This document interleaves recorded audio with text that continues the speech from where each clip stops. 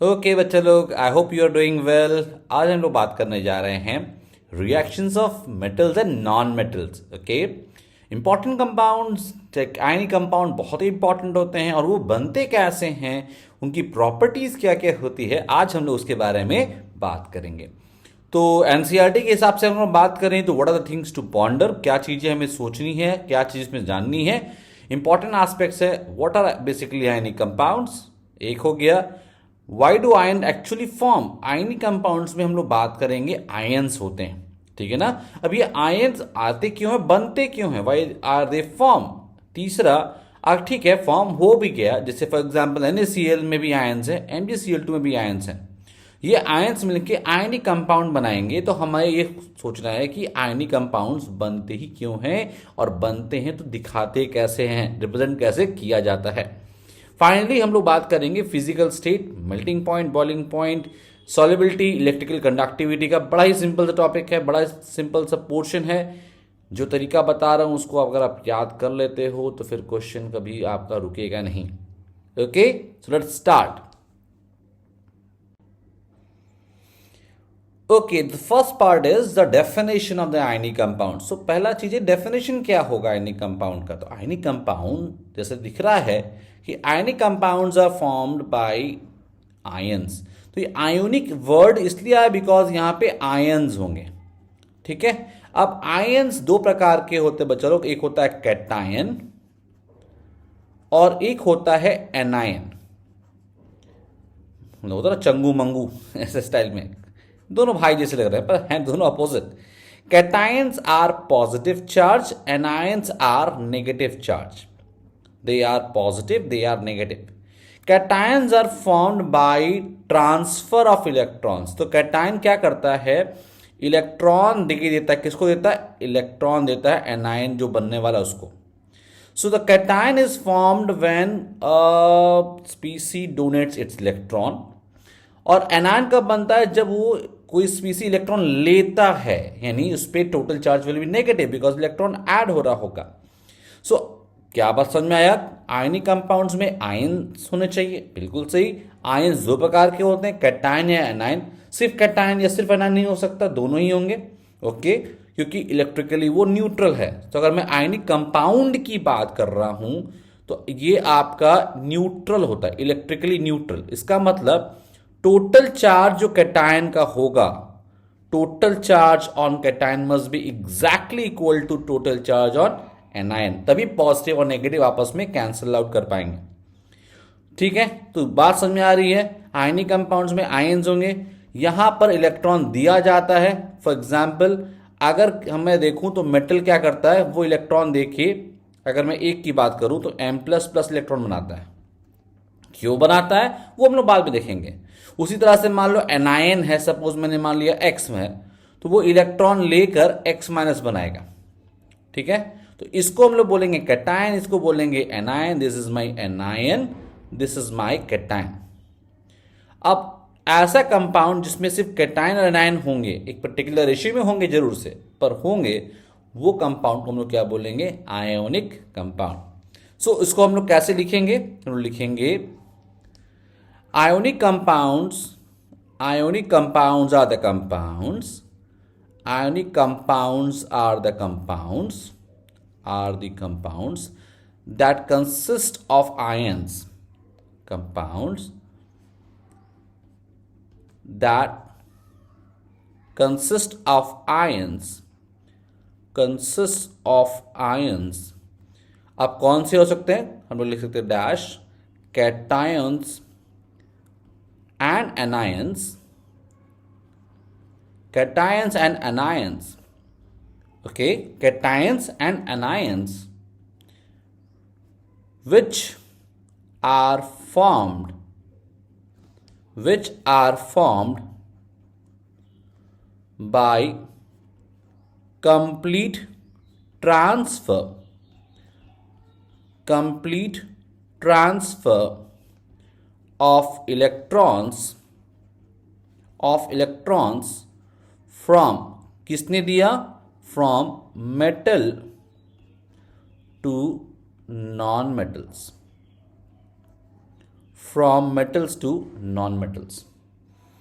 ध्यान रखिएगा, जो मेटल वाला पार्ट है वो कैटायन बनता है और जो नॉन मेटल वाला पार्ट है वो आपका एनायन बनता है।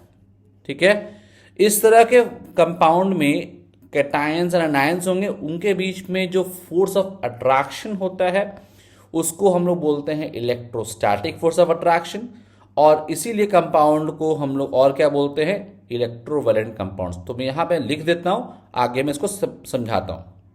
दे are also called as electrovalent compounds, electrovalent compounds. Okay, clear?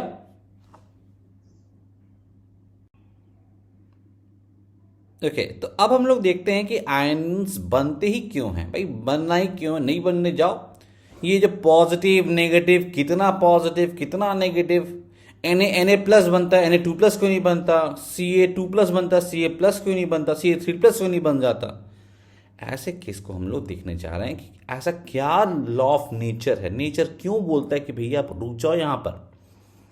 तो भाई सबसे बड़ा क्वेश्चन उठा कि यार ये बताओ कि एटम्स ज्यादा स्टेबल होते हैं कि आयंस। अगर मैं बात करूं रिएक्टिविटी की, अगर मैं बोलूं कि अगर पूरी दुनिया में क्या आयंस मिल रहे हैं हमको या एटम्स मिल रहे हैं, एटम क्या फ्री स्टेट में मिल रहा है या कंबाइंड फॉर्म में मिल रहा है, क्या मुझे H प्लस मिलता है या H2 मिलता है, क्या मुझे O अलग से मिल जाता है या O2 माइनस बन रहा है। तो अब देखोगे आपको समझ में आएगा। ठीक है, आयंस सॉल्यूशन में मिलते हैं या कंपाउंड्स में मिलेंगे, लेकिन आपको एक बात देखने को मिलेगा क्या, कि एटम्स जो है ना वो जनरली अनस्टेबल होते हैं। ठीक है, एटम्स जनरली अनस्टेबल होते हैं। तो पहला चीज नियम हम लोग ये समझ लिए कि एटम्स जो हैं, एटम्स आर लेस स्टेबल। भगवान ने जब बनाया है तो बेटा बोला कि जा जी ले जिंदगी। तो बोला भैया जिए कैसे एटम्स तो अनस्टेबल हो सर, आपने अनस्टेबल बना के रखा हुआ है, तो मैं जिए कैसे। तो बोला कुछ नया बन जा, कुछ ऐसा बन जा, कुछ काम के। भाई सबको बोलना कि आपको सबको पैदा तो कर दिया है, पर आपको खुद से अपना मुकाम हासिल करना पड़ेगा, इज़न्ट इट। आपको अपना, सभी लोग एक ही जैसे पैदा तो वो एक ही जैसे दिखते हैं, बट सब लोग अलग अलग डायरेक्शन में जाते हैं, सब लोग अपना मुकाम खुद हासिल करते हैं। एटम को भी बोला बेटा तू जा, और भगवान ने बोला तू जा और अपना मुकाम हासिल कर। तो बोला अच्छा, तो अब मुझे क्या करना है। नेचर ने बोला, नेचर ने मुझे बनाया है अनस्टेबल, मैं एटम की भाषा बोल रहा हूं, ठीक है। नेचर ने बनाया है मुझे अनस्टेबल, तो मैं बनना चाहूंगा क्या, स्टेबल होना चाहेगा। मैं क्या बनना चाहूंगा, stable. I want to be stable. कोई चीज खड़ा है, गिरना खट से गिर जाएगा, क्योंकि क्यों गिरता है, क्योंकि वो स्टेबल है। और गिर के उड़ जाए तो अनस्टेबल होता है। मूवीज में छोड़ दीजिए, मूवीज में कुछ भी हो सकता है, खासकर अगर साउथ इंडियन मूवी में देखिए तो कुछ भी हो सकता है। बट अगर आप देखिएगा नॉर्मली अगर है, अगर आप गिर रहे हो खट से गिरोगे, ठीक है ना। उल्टा आना बहुत मुश्किल है, सिर्फ मूवीज में पॉसिबल है। तो ये जो स्टेबिलिटी का क्राइटेरिया क्या है, आप जब खड़े होते हो पोटेंशियल एनर्जी आपकी ज्यादा होती है, जब आप गिर जाते हो तो एनर्जी कम हो जाती है। तो स्टेबिलिटी के लिए एक इंपॉर्टेंट क्राइटेरिया होता है, स्टेबल जब मैं हूं तो इसका मतलब क्या होता है, लेस एनर्जी, या वह वर्ड बोलो लीस्ट एनर्जी। अगर मैं स्टेबल हो गया तो मेरी लीस्ट एनर्जी होनी चाहिए, मतलब एनर्जी वाइज में सबसे कम होना चाहिए, मेरे हिसाब से कम होना चाहिए, ठीक है। अब ये स्टेबिलिटी, तो फिर भगवान से पूछिए भाई साहब, सर कौन सा चीज कैसे बन जाए स्टेबल, कहाँ है स्टेबिलिटी का क्राइटेरिया। तो नेचर ने बड़ा ही प्यारा सा आंसर उसको देता है कि बोलता है देख अपने सराउंडिंग में देखो, सराउंडिंग में देखो क्या दिख रहा है आपको। आपको दिखेगा कि नेचर ने बनाया है एक स्पीसी को जो बहुत स्टेबल है। कौन सा बहुत स्टेबल है, उन्होंने बनाया है कि यार जो नोबल गैसेस कहलाते हैं, नोबल गैसेस लाइक हीलियम, नियन, आर्गन, क्रिप्टन, ये जो हैं जिनन, ये लोग बड़ा स्टेबल है। तो बोले यार एटम को बोला भाई इन लोग से कुछ सीख लो, ये लोग बहुत स्टेबल हैं, आर वेरी स्टेबल। जब मैं स्टेबिलिटी की बात करता हूं बेटा, तो मैं बात करता हूं केमिकल स्टेबिलिटी की। वेरी स्टेबल, या केमिकली मैं वर्ड जोड़ दे रहा हूं, स्टेबल। ठीक है, ओके। तब अब सारा रिसर्च जो है वो इसमें होना शुरू हो गया। इन सब में खास बात क्या है ना, जब रिसर्च किया गया, एटम को पता है, हम लोगों ने रिसर्च किया, तो समझ में आया कि जो केमिकल रिएक्टिविटी होती है, समझना, केमिकल रिएक्टिविटी जो होती है वो डिपेंड करता है इलेक्ट्रॉनिक कॉन्फ़िगरेशन पे। कैसे पता किया? खूब सारा रिसर्च किया गया। तो वो डिपेंड करता है किस पर? डिपेंड्स ऑन इलेक्ट्रॉनिक कॉन्फ़िगरेशन, है ना? याद है ना आपको? KLM आप लोग लिखते थे, इलेक्ट्रॉनिक कॉन्फ़िगरेशन पे ना। हीलियम का कॉन्फ़िगरेशन क्या है? हीलियम कॉन्फ़िगरेशन है 2। ठीक है, अगर मैं नियन की बात करूं तो क्या हो जाएगा? 2,8। अगर मैं आर्गन की बात करूं तो क्या हो जाएगा? 2,8,8। तो आपको दिख रहा है कि या तो ड्यूप्लेट हो, इसको बोलते हैं ड्यूप्लेट, या फिर ये दिख रहा है ऑक्टेट दिख रहा है। ऐसे आप आगे भी देखोगे तो आपको दिखेगा ऑक्टेट दिखता हुआ। ठीक है, आर्गन देन क्रिप्टन आपका आएगा, है ना? इसका एटॉमिक नंबर कितना होता है? 18 होता है। इसका आएगा 36। तो 2, 8, 18, 8 आ गया। अगेन आप देखोगे यहां पर क्या हो रहा है, लास्ट शेल में ऑल, अगर आप देखिएगा स्टेबिलिटी वाइज बात करें तो लास्ट शेल जो है, जिसको हम लोग क्या बोलते हैं? Valence shell. Last shell, that is the valence shell of each this क्या, कौन सा? The stable noble gases contains either 2 वाला सिर्फ ड्यूप्लेट वाली बात करें, और 8 इलेक्ट्रॉन्स। ऑक्टेट मतलब 8 electrons in their valence shell. तब हमें और एटम को भी समझ में आ गया कि बच्चा, कि अगर स्टेबिलिटी को अचीव करना है तो या तो ड्यूप्लेट हीलियम के पास हो तो हीलियम जैसा बन जाओ, अदर देन दैट आप किसी और के पास हो तो नियरेस्ट नोबल गैस कॉन्फ़िगरेशन को आपको क्या करना होगा? अचीव करना पड़ेगा। समझिए बात को। नेचर ने जब बनाया एटम को तो वो अनस्टेबल था, उसको स्टेबिलिटी चाहिए। स्टेबिलिटी के लिए उसको मतलब क्या हुआ, जब वो अनस्टेबल है मतलब ज्यादा एनर्जी, तो कोई एनर्जी को कम करना है। कैसे कम करूं? किससे कुछ बन जाता हूं, कुछ क्या बनोगे? तो बोला देखो, नेचर ने बोला है कि नोबल गैसेस आर स्टेबल, तुम उसकी तरह बन के देखो। तो बोला अच्छा ठीक है, उस तरह बन जाता हूं। जब वो बनने के लिए देखोगे तो बोला कि कैसे, कितना क्या करना पड़ेगा मुझे? तो बोला गया कि केमिकल रिएक्टिविटी किसी भी एलिमेंट की बात करें तो वो कॉन्फ़िगरेशन पर डिपेंड करता है। हीलियम को छोड़ दीजिए तो बाकी सारे नोबल गैसेस में आउटर मोस्ट शेल में 8 ही इलेक्ट्रॉन्स हैं, तो आप भी 8 लाने की कोशिश करो तो आप स्टेबल बन जाओगे। नाउ दिस होल फंडा, या बोली this whole thing was called, इससे बोले स्टेबिलिटी बढ़ जाएगी, इसको उन्हें बोला गया ऑक्टेट रूल। अभी हम लोग उसके ऊपर और चर्चा करेंगे, समझ में आ जाएगा। So octet rule is the guiding principle for an atom to become stable. Octet rule के हिसाब से स्टेबिलिटी आ सकती है, ऐसा पहला थ्योरी था। थ्योरी इसमें टूटा भी है, चीजें खत्म भी हो जाएंगी, कुछ लिमिटेशंस भी हैं, बात की बात है।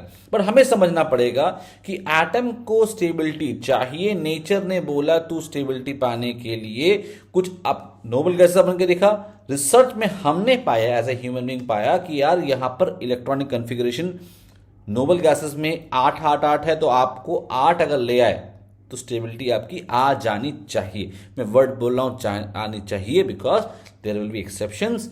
ऑक्टेट रूल नहीं फॉलो करने वाले लोग भी स्टेबल होते हैं, बट ठीक है, मेरे लिए स्टार्टिंग पॉइंट यही है। क्लियर? अब ऑक्टेट रूल से क्या बनेगा, कैसा कॉन्फ़िगरेशन मिलेगा, ये हम लोग देख लेते हैं। Okay, so let us start with cation and anion formation and octet rule. तो ऑक्टेट रूल आपका क्या कहा? ऑक्टेट रूल ने बड़ा सिंपल से बात कहा कि अगर ऑक्टेट रूल की बात माने तो octet rule states that species having, भाई वही हम लोग बात कर रहे हैं, ऑक्टेट हैविंग ऑक्टेट या कंप्लीट ऑक्टेट ऑक्टेट ब्रैकेट में लिख ले, और duplet for species near helium in their valence cell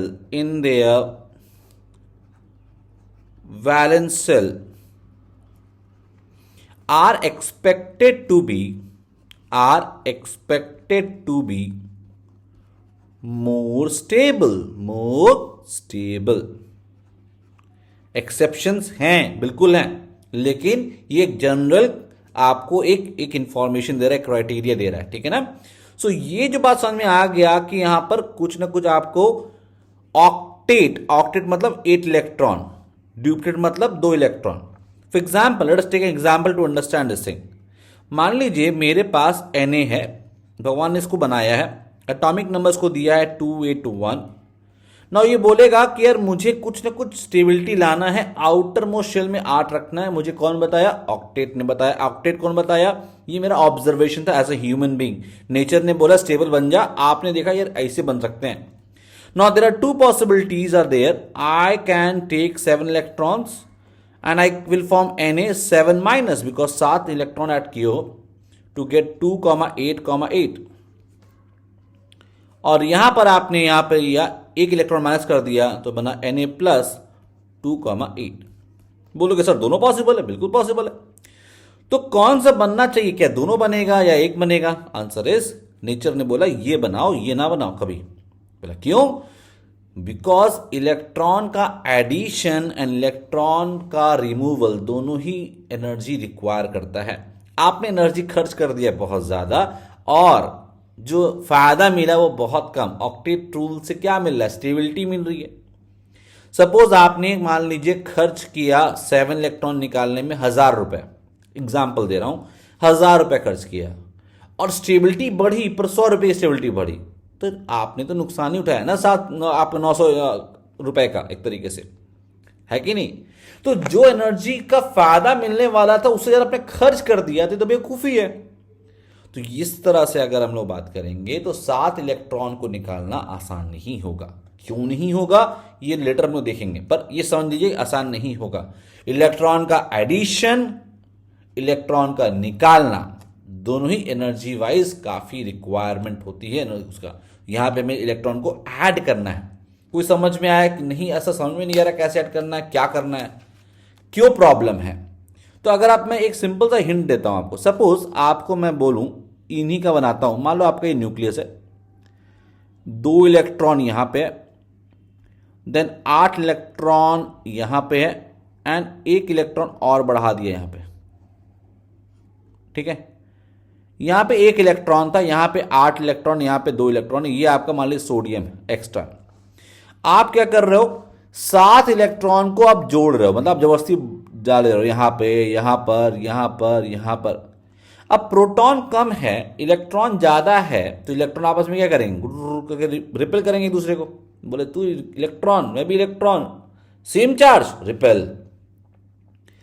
repulsion से एनर्जी बढ़ती है, रिपल्शन से एनर्जी बढ़ती है। आप ऐसे सोचो कि आपके रूम में मान लीजिए डबल बेड है, एक बंदा आ गया, कोई दिक्कत वाली बात नहीं है, आपके साथ कोई और सो रहा है, आपका कोई भाई आ गया, आप सो रहा है, कोई दिक्कत वाली बात नहीं है। पर सपोज आपका एक और भाई जिससे आपको नफरत है, ठीक, वो आ गया, बोला नहीं इनके साथ ही रहना है, आपके साथ ही सुलाया जा रहा है, तो आपको गुस्सा आएगा, खूब पी लो, कोई दिक्कत नहीं। एक और आ गया, उसको भी नफरत है, पर आप क्या कर रहे हो? उसको भी अंदर ला रहे हो अपने रूम में, अब लड़ाई झगड़ा बढ़ गया।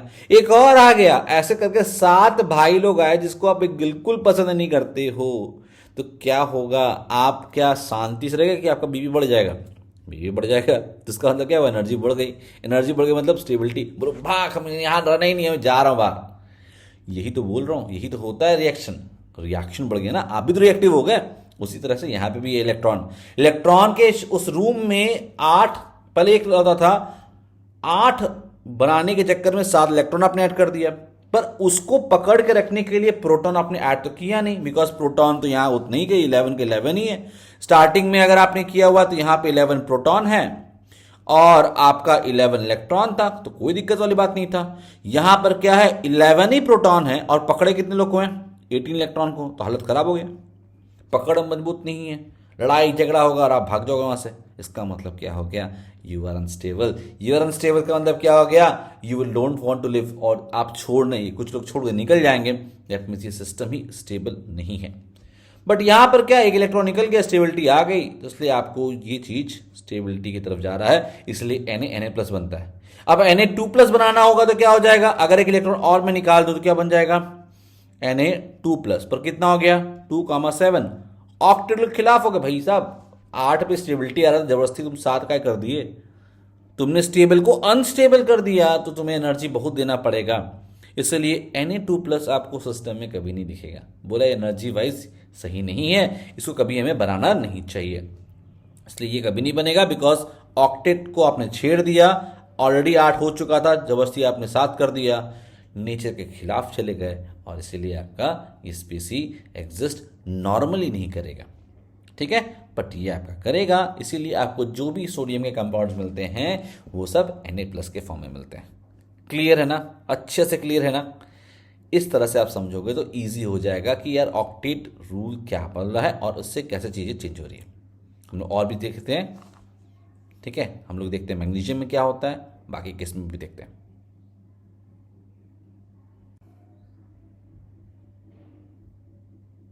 चलिए और भी देखते हैं हम लोग, हमने बात किया मैग्नीशियम का, चलिए मैग्नीशियम देखते हैं। मैग्नीशियम है 282, एटॉमिक नंबर होता है 12, है ना। अब इसको अगर 2,8 बनना होगा बच्चे लोग तो क्या करना होगा, इसने बोलेगा कि भाई मुझे ना 2 इलेक्ट्रॉन मेरे बाहर दिख रहा है, इसको निकाल दो, आसान है निकालना, 2,8 हो जाएगा, 2 इलेक्ट्रॉन निकालो तो हो जाएगा 2+ और ये 2-, इसलिए मैग्नीशियम आपका 2+ में आता है। एल्यूमिनियम देखो 2,8,3 होता है, इसमें 3 इलेक्ट्रॉन बाहर हुए, आप क्या करोगे 3 इलेक्ट्रॉन निकाल दो, Al3+ बनेगा प्लस 3 इलेक्ट्रॉन, तो ये आ गया 2,8, समझ में आ रहा है। इस तरह से आपका Al3+ बनेगा। पोटेशियम देखो 2,8,8,1, क्यों, बिकॉज का होता है 19। अगेन देखो यहाँ पर 8 है, यहाँ पे 1 है, तो एक निकाल दो तो K+ बन जाएगा, 288 प्लस इलेक्ट्रॉन, इसलिए पोटेशियम आपका K+ के फॉर्म में एग्जिस्ट करता है। जरा एनायन को भी देख लेते हैं। फॉर एग्जाम्पल ऑक्सीजन 2, क्या होगा 6 होगा। अब इसको ऑक्टेट करने के लिए देखो, या तो 6 निकाल दो या तो 6 मतलब 2 ऐड कर दो। मैंने अभी बताया था कि 6 निकालना या ज़्यादा अमाउंट निकालना आसान होगा नहीं, बहुत दिक्कत है, एनर्जी वाइज वो बहुत ही खराब पोजीशन है। तो आप क्या करो, 2 ऐड कर दो, तो ये 2- बन जाएगा और 2 इलेक्ट्रॉन आपने ऐड कर दिया, तो जितना चार्ज आपने ऐड किया नेट चार्ज कंजर्व होना चाहिए, तो आपने 2 ऐड किया हुआ है, 2 इलेक्ट्रॉन मतलब 2- चार्ज, -चार्ज आ गया, 2,8 हो गया, इसीलिए ऑक्साइड आयन ऐसा बनता है। फ्लोराइड आयन क्या होता है, 9 होता है, तो 2,7 क्या करूं, यहां पे बनाना है F 2,8, तो क्या करूंगा, 1 इलेक्ट्रॉन जोड़ दो, टाके 1 इलेक्ट्रॉन चला गया, इससे आपका ये बन जाएगा। Cl में ऐसा ही हो जाएगा, 287 है, ठीक है ना। अब इसमें आपने क्या किया हुआ है, 7 1 इलेक्ट्रॉन जोड़े हो जाएगा, Cl - 288। So now you can understand how easily, how beautifully we can find now why magnesium exists in Mg2+, जो ज़्यादातर कंपाउंड से मिलता है, why not Mg3+, Mg+, because Mg+ करोगे तो 281 आएगा, जो कि बहुत स्टेबल तो नहीं है उठा के, लेकिन Mg2+ is more stable because octet complete हो जा रहा है। Al3+ में क्यों एग्जिस्ट करता है, बिकॉज ऑक्टेट कंप्लीट करने के लिए वो 3 इलेक्ट्रॉन निकाल देगा, and so on. These all will explain the relative charges that the ISPC will contain, ठीक है ना, as per the octet rule। Clear, एकदम क्लियर है। तो अब हम लोग देखेंगे कि कैसे आयनिक कंपाउंड बनता है। ये इलेक्ट्रॉन इन्होंने दिया है, वो कोई ले लेगा तो एक कंपाउंड बनने को तैयार हो जाएगा। हमने डेफिनेशन में क्या लिखा था कि यहां पर इलेक्ट्रॉन डोनेट होता है from the metal to the non metal, तो उसी को देख के हम लोग आगे बढ़ते हैं। Okay, let us try to understand the structure of NaCl। Okay, तो चलिए स्टार्ट करते हैं NaCl का स्ट्रक्चर।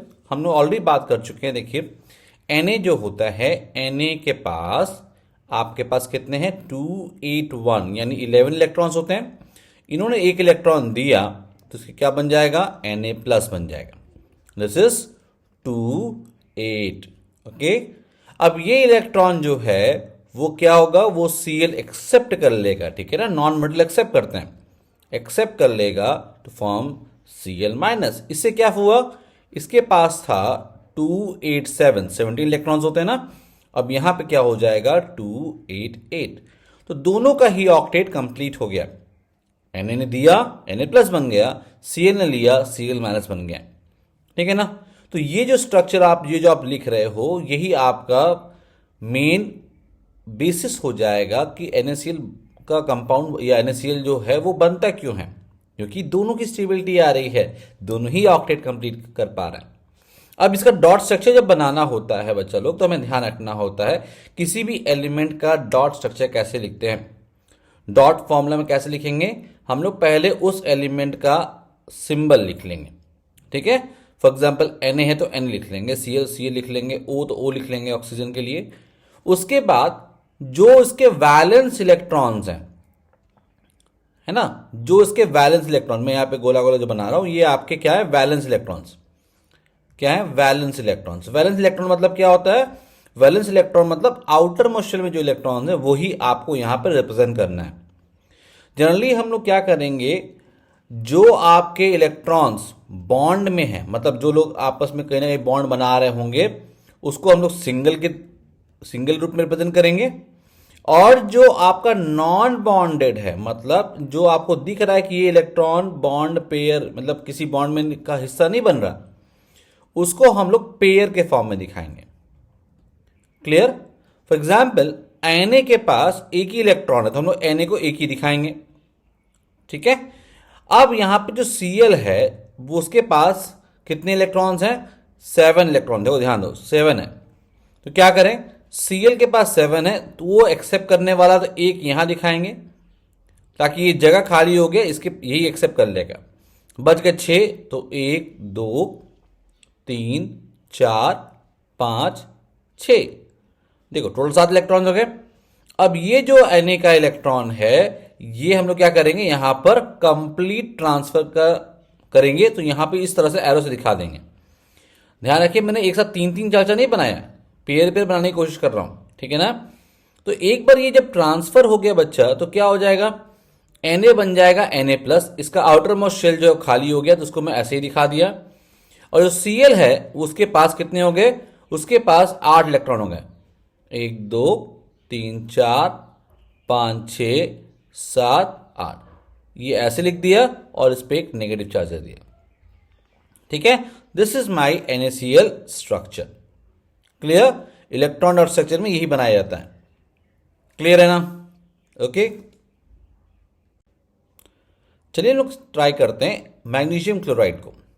नाउ मैग्नीशियम अगर हमें पता है तो मैग्नीशियम इज Mg और इसका एटॉमिक नंबर होता है 12, तो 2,8,2 हो जाएगा, ठीक है? अब इसने क्या किया? 2 इलेक्ट्रॉन दे दिया। वाई 2? बिकॉज 2 निकालने के बाद ऑक्टेट कंप्लीट हो जाएगा। 2 इलेक्ट्रॉन को लॉस करोगे तो उस पर जो चार्ज आएगा Mg2 प्लस हो जाएगा, और अब इसका हो जाएगा 2,8, इसका कॉन्फ़िगरेशन हो जाएगा, ऑक्टेट कंप्लीट हो गया। अब Cl जो है, Cl के पास 7 इलेक्ट्रॉन आउटर मोस्ट शेल में ऑलरेडी होता है, तो वो 2 नहीं ले सकता, वो एक ही लेगा। तो वो क्या करेगा? वो Cl माइनस बना देगा और आपके पास 2,8,8 हो जाएगा। ऐसे एक इलेक्ट्रॉन लिया तो ऐसे एक और Cl ले लेंगे हम लोग। तो हम लोग क्या कर सकते हैं? यहीं पे हम लोग उसको जस्ट फॉर बैलेंसिंग हम लोग क्या कर लें? 2 टाइम यहां कर दें, 2 इलेक्ट्रॉन्स 2 इलेक्ट्रॉन। तो ये 2 इलेक्ट्रॉन इसने दिया और 2 Cl ने इस इलेक्ट्रॉन को, एक एक इलेक्ट्रॉन को ले लिया। क्लियर? ऐसे लिख लेंगे। अब इलेक्ट्रॉन और स्ट्रक्चर कैसे बनाएंगे? तरीका वही है। क्या करेंगे हम लोग क्या करेंगे? पहला काम ये करते हैं, Mg जो आपका है 2 इलेक्ट्रॉन, तो हम लोग क्या करते हैं? 2 इलेक्ट्रॉन सामने दिखा देते हैं, क्योंकि दोनों देना है ना, इधर उधर दिखाने का फायदा नहीं। प्लस अब Cl है, देखो Cl हम लोग क्या कर सकते हैं? हम लोग क्या कर सकते हैं? Cl 2 Cl बनाना, बना दो उठा के ऐसे। अब मुझे पता है कि इलेक्ट्रॉन मेरा एक यहां आने वाला है, तो मैं क्या करूं? यहां जगह खाली छोड़ देता हूँ, उसमें यहाँ जगह खाली छोड़ देता हूँ, ठीक है। बाकी एक हो गया, 6 बचा हुआ है, ऐसे कर लिया उठा के। इसमें भी एक हो गया, 6 बचा हुआ है, 2 2 4, 6 कर लो उठा के, ठीक है। अब क्या होगा, यहां पे हम लोग क्या करेंगे, ट्रांसफर। तो ये वाला इलेक्ट्रॉन यहां दे दो, खाली जगह छोड़ा हुआ था, और ये वाला यहां दे दो, खाली जगह छोड़ा हुआ था। अभी क्या दिखा रहा है, ट्रांसफर दिखा रहा है। उसके बाद क्या हो जाएगा, Mg हो जाएगा 2+, और Cl 2 बार अलग लिखने से अच्छा है कि आप एक बार लिख लो ऐसे। ऑक्टेट इसका हो गया कंप्लीट, है ना। और इसमें आपने माइनस है और यहाँ पे 2 कर लिया, ट्वाइस कर लिया। This is the electron dot structure of MgCl2। Clear है। तो यहाँ पर क्या हुआ, 2 इलेक्ट्रॉन निकाल के ऑक्टेट कंप्लीट किया। Cl एक ही इलेक्ट्रॉन ले सकता था, तो हमने इसलिए 2 इलेक्ट्रॉन को कंज्यूम करने के लिए 2 Cl लिया। 2 Cl ऐसे दिखा दिया, एक इलेक्ट्रॉन इसमें गया, एक इलेक्ट्रॉन इसमें गया। याद रखिएगा यहाँ पर शेयरिंग नहीं हो रहा है, यहाँ पे कंप्लीट ट्रांसफर हो रहा है, और आपका फॉर्मूला इस तरह से बन के चलाएगा। क्लियर।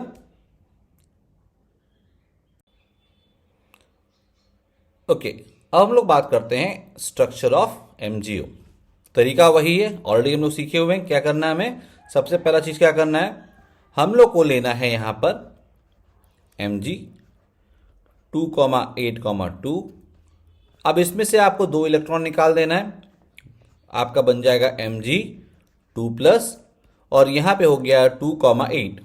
ओके, ऑक्सीजन ये होता है 2,6।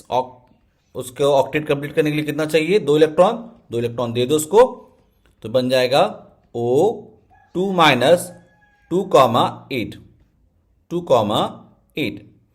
ओके, अब हम लोग क्या करेंगे, ये मेरा काम हो गया, दोनों ऑक्टेट कंप्लीट हो गया। नाउ व्हाट, अब हमारे पास एक ही काम बचा हुआ है, इसको कैसे इलेक्ट्रॉन और स्ट्रक्चर के रूप में दिखाएं। देखिए, वही काम करना है। Mg आपका है 2,8,2। इसमें आपको क्या करना है, 2 इलेक्ट्रॉन यहां पे रखा हुआ है। ऑक्सीजन को दोनों इलेक्ट्रॉन लेना, तो यहां जगह खाली छोड़ दो। 6 दिखाना है, 1 2 3 4 5 6, 2,6 दिखा दिया। अब क्या करना है, ये वाला इलेक्ट्रॉन को यहां प्लेस कर दो, ये वाला इलेक्ट्रॉन को यहां प्लेस कर दो। कंप्लीट ट्रांसफर होना है, तो क्या बन जाएगा बच्चा लोग, ये तो हो गया Mg 2+, और ऑक्सीजन वाले में क्या हो जाएगा, यहां पर 2 2 4 2 6, और 2 जो इलेक्ट्रॉन्स है वो आ गया, और ये आपका आ गया 2- चार्ज। ये बन गया आपका MgO का इलेक्ट्रॉन डॉट स्ट्रक्चर। क्लियर है।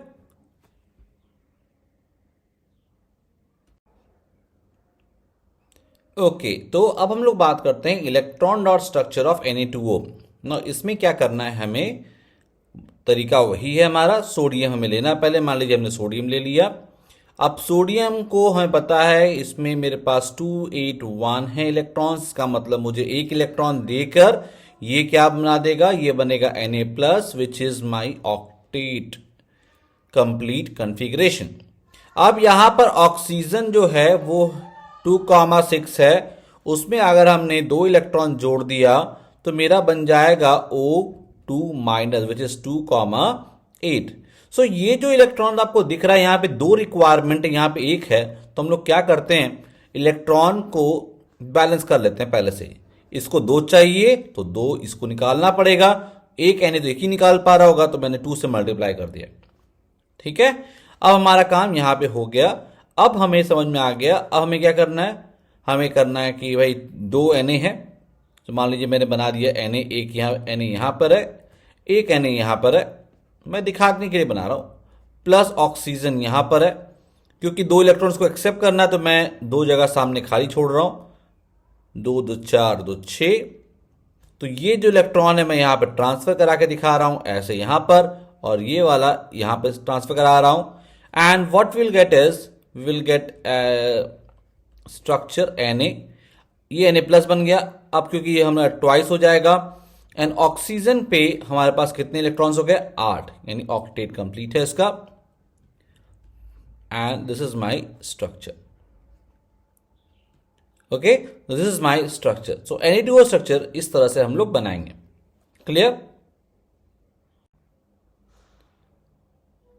ओके, सो अब हम लोग बात करते हैं आयनिक कंपाउंड और उसकी प्रॉपर्टीज के बारे में। देखिए, आयनिक कंपाउंड में अगर हम लोग अभी अब तक हम लोग बात क्या किए हैं, आयनिक कंपाउंड्स में अगर हम लोग देखें तो आयनिक कंपाउंड्स में आयंस होते हैं। ये आयंस जो होते हैं दो डिफरेंट टाइप्स के होते हैं, एक होता है कैटायन और एक होता है एनायन। अब कैटायन जो है वो आपका पॉजिटिव चार्ज है, जो एनायन है वो आपका नेगेटिव चार्ज है। तो इनके बीच में स्ट्रॉन्ग फोर्स ऑफ अट्रैक्शन होगा, strong electrostatic force of attraction होगा, फोर्स ऑफ अट्रैक्शन होगा। अब ये जो अट्रैक्शन फोर्स इतना स्ट्रांग है बच्चा लोग, तो क्या करेगा, ये चीजों को बांध के रखेगा, एक के पास एक रखेगा। और ऐसे केस में अट्रैक्शन फोर्स बहुत स्ट्रांग है तो चीजें क्या होंगी, बहुत पास आएंगी।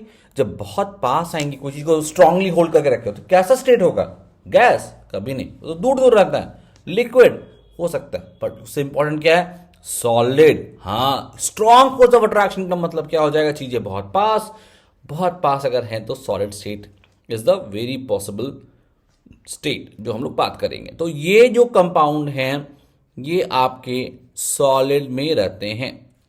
ओके, ये लिक्विड्स में आप उसको मेल्ट करोगे तो आएगा, otherwise they will prefer solid state because of strong force of attraction. Clear.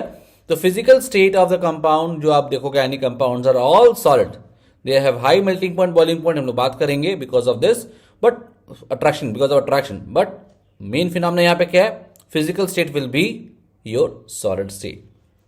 Example आप देख लीजिए, NaCl, ये भी आपका सॉलिड है, कैल्शियम सल्फेट, ये भी आपका सॉलिड है, etcetera. Okay okay, now melting point and boiling point.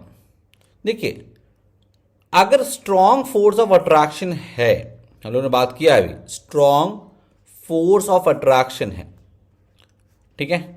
अब देखिए, ये जो अट्रैक्शन फोर्स स्ट्रांग होने के कारण से क्या होगा, मान लो मेरे पास ये एक आपका, मान लीजिए एक कैटायन है, ये एक एनायन है, ये आपस में एकदम पास में आना चाहते हैं, बहुत पास रहना चाहते हैं, ठीक है।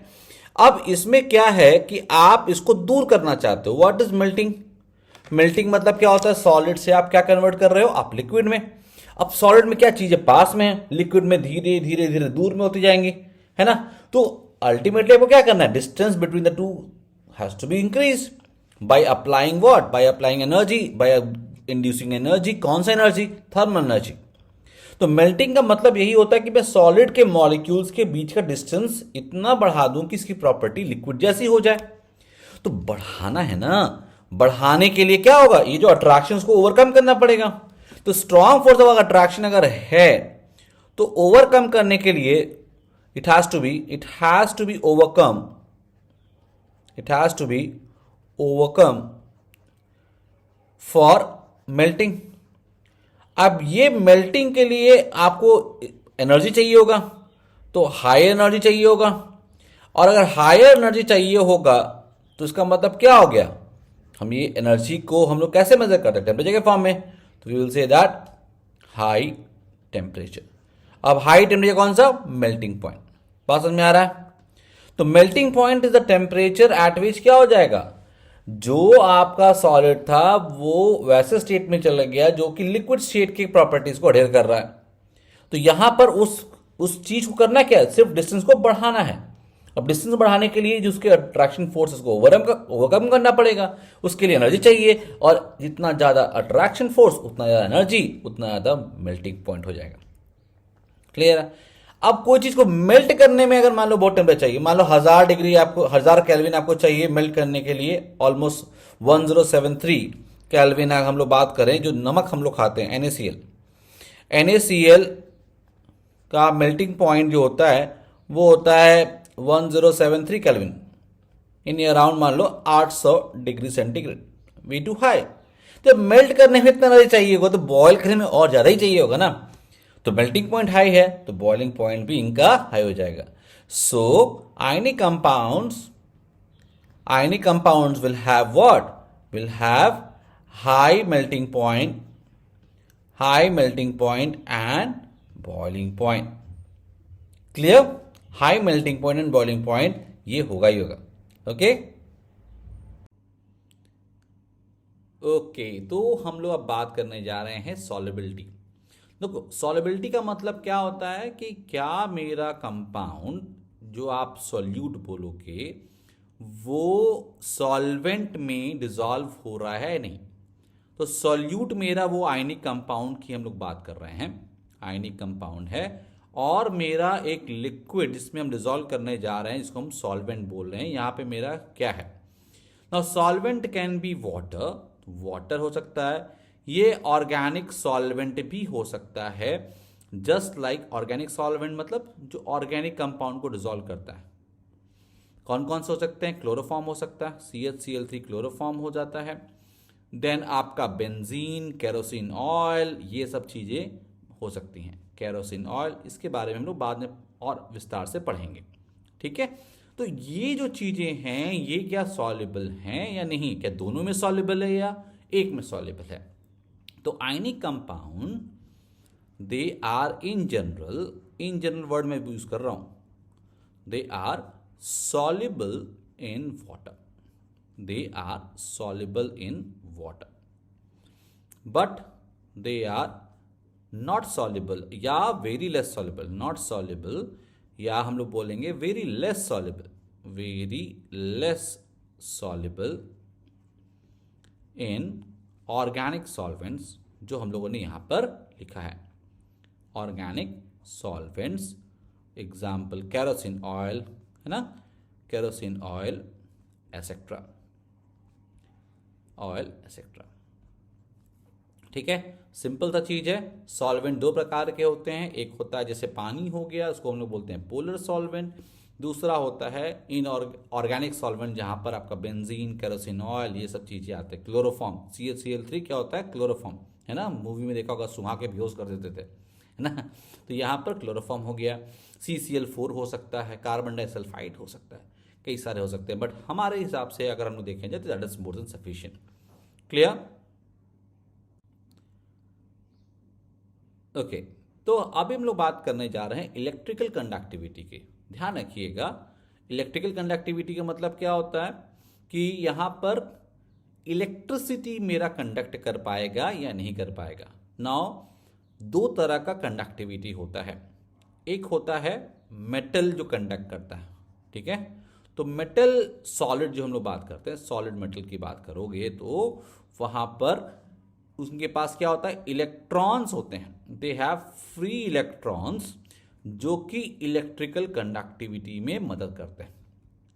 तो the free electrons are responsible for the electrical conductivity. आपने पढ़ा होगा ना कि मेटल्स के पास बहुत सारे इलेक्ट्रॉन्स होते हैं, पूल ऑफ इलेक्ट्रॉन्स होते हैं। जब हम बोलते हैं ना कि पोटेंशियल डिफरेंस क्रिएट करते हैं, हम लोग लगाते हैं, एक एंड ऑफ बैटरी लगाएंगे, मान लो यहां पर मेरे पास एक बैटरी है, ठीक है, मान लीजिए ये आपका इसका पॉजिटिव एंड है। जब मैं इससे अगर मैं एक मेटल को कनेक्ट करता हूं, ये मान लीजिए मेरा मेटल है, तो क्या होगा? इसके अंदर बहुत सारे इलेक्ट्रॉन्स होंगे, ठीक है, दीज आर फ्री इलेक्ट्रॉन्स। जब आप मान लीजिए पॉजिटिव पोलैरिटी है, नेगेटिव पोलैरिटी है, तो इलेक्ट्रॉन्स क्या होते हैं? ये इसकी तरफ अट्रैक्ट होने लगेंगे, ठीक है ना। तो इलेक्ट्रॉन इस पॉजिटिव तरफ अट्रैक्ट होंगे, तो यहां पर क्या होगा? These electron will start moving in this direction, ठीक है। तो हम लोग ये बोलते हैं कि देखिए इलेक्ट्रॉन का मूवमेंट पॉसिबल हो रहा है इस बैटरी के कारण से, सेल के कारण। सेल और बैटरी में क्या अंतर होता है? अगर कई सारे सेल्स को जोड़ दिया तो बैटरी बन जाता है, ठीक है ना। तो हम लोग यहाँ पर सोर्स ऑफ इलेक्ट्रिसिटी बोल रहे हैं, मान लीजिए यहाँ पे बैटरी है, कई सारे सेल से बना हुआ मान लीजिए, तो यहाँ पर बैटरी लगाने से इलेक्ट्रॉन्स का मूवमेंट स्टार्ट हो जाएगा। कहाँ पे? ये आपका क्या है? मेटालिक कंडक्टर है, मेटालिक कंडक्टर है। तो कोई चीज कंडक्ट कर रहा है, कोई चीज इलेक्ट्रिसिटी, कोई चीज इस चीज को लेके आगे बढ़ रहा है, इसके प्रभाव में आ रहा है, इसीलिए ये कंडक्टिंग हो जाएगा, ठीक है ना। समझ में आ रहा ना। अगर आप सोल्यूशन की बात करते हो, सोल्यूशन में क्या होता है? फॉर एग्जांपल मेरे पास मान लीजिए ये आपका एक लिक्विड सोल्यूशन ले लिया, ठीक है। आपने यहां पर एक मान लीजिए रॉड लिया, और यहां पर हम लोगों ने मान लीजिए एक पावर सोर्स लगा दिया, ठीक है, बैटरी लगा दिया। अब मान लीजिए इलेक्ट्रॉन यहां से आया, वो इलेक्ट्रॉन का मूवमेंट मान लीजिए आपका इधर जा रहा है, इधर जा रहा है, इधर जा रहा है। अब यहां पे तो लिक्विड आ गया है ना। इस पानी में अगर कुछ नहीं होगा तो ये इलेक्ट्रॉन कूद के कैसे जाएगा इस तरफ। यानी ये मान लीजिए मेरा अगर आपका ये एक इलेक्ट्रोड है, तो मेरे इलेक्ट्रॉन को यहां से जाके इससे क्रॉस करके फिर इसमें जाके फिर कंडक्ट करना पड़ेगा, है ना, तभी पॉसिबल है ना। इलेक्ट्रॉन इसमें तो कंडक्ट कर लेगा, व्हाट अबाउट सोल्यूशन। सोल्यूशन में अगर इलेक्ट्रॉन, याद रखिएगा सोल्यूशन में इलेक्ट्रॉन कंडक्ट नहीं करता है, उसको क्या चाहिए होगा, solution require something else which we call as, they require ions. क्या है, ions, they require ions for electrical conductivity. ठीक है, इलेक्ट्रिकल कंडक्टिविटी के लिए मुझे आयंस की जरूरत पड़ेगी। आयंस नहीं होंगे तो आपका ये कंडक्टिविटी पॉसिबल नहीं है, इलेक्ट्रॉन सॉल्यूशन में कंडक्ट नहीं कर पाता है। क्लियर। तो आयंस चाहिए होंगे ना। आयनिक कंपाउंड की बात करोगे तो आयंस ही बने होते हैं, they are made up of ions, they are made up of ions, है ना। So they are made up of ions, so they have ions. तो जब पानी के में अगर आप डाल दोगे ये आयंस फ्री होते हैं, सो और ये फ्री होंगे तो इलेक्ट्रिकल कंडक्टिविटी हो जाएगी। तो अगर हम लोग बात करें कंडक्टिविटी का, तो अगर आपका सोल्यूशन लोगे और या मॉल्टेन फेज ले लो, मॉल्टेन मतलब आपने पिघला दिया, तो ये आयंस जो होंगे they are free, they are free to move, free to move. तो ये इलेक्ट्रिकल कंडक्टिविटी करेगा। देखिए कोई भी चीज कंडक्ट करने के लिए उसको मूवमेंट जरूरी है, तो यहां पर इलेक्ट्रिकल कंडक्टिविटी पॉसिबल हो पा रहा है। बट अगर सॉलिड स्टेट ले लें, सॉलिड में ions are not free, ions are not free, बहुत स्ट्रांगली बॉन्डेड होते हैं, not free, they are strongly bonded, so poor conductor हो जाता है। फिर से बोल रहा हूं, इवन दो आयंस हैं but they are poor conductor of electricity because these ions are not free, है ना। आपने आयंस तो रखे हैं पर वो मूव ही नहीं कर सकते, तो कंडक्ट कैसे करेंगे। समझ में आ रहा है।